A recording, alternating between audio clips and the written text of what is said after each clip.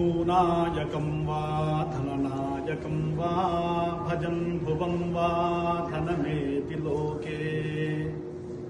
భూనాయకం వా ధననాయకం వా భజన్ భువం వా ధనమేతి లోకే.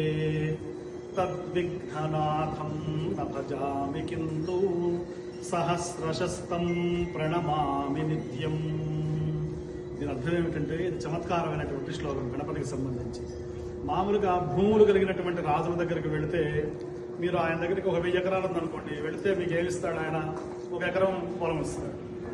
భూనాయకం వా ధననాయకం వా, బాగా ధనం ఉన్న వాడి దగ్గరికి వెళితే ఏమిస్తాడు? 100 కోట్లు ఉన్నాయి, మీరు వెళ్ళారు, 1 కోటి రూపాయలు ఇస్తాడు. భూనాయకం వా ధననాయకం వా భజన్ భువం వా ధనమేతి లోకే.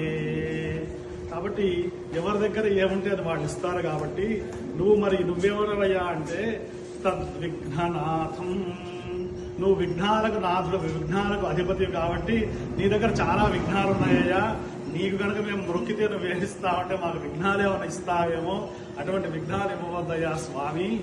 భూనాయకం వా ధననాయకం వా భజన్ భువం వా ధనమేతి లోకే. తద్విఘ్ననాథం న భజామి కింతు సహస్రశస్తం ప్రణమామి నిత్యం. కాబట్టి ఇది చమత్కారంగా అందరు గణపతిని నువ్వు ఇవిస్తావు అంటే కవి చాలా చమత్కారంగా. కాబట్టి నేను నీకు మొక్కుతామయ్యా నీ పాదాలకి, కానీ మాకు విఘ్నాలను ఇవ్వకు, విఘ్నాలను తొలగించు అని చెప్పి ప్రార్థించినటువంటి శ్లోకం. మహావల్లభ గణపతి ఫ్లషింగ్ న్యూయార్క్లో ఉన్నటువంటి గణపతి అభిషేకం ఇవాళ ఆదివారం అమావాస్య, చైత్ర బహుళ అమావాస్య. చక్కగా ఆ స్వామి అనుగ్రహం అందరి మీద కూడా ప్రసరించుగాక. జై బోలో గణేష్ మహారాజ్ కి జై.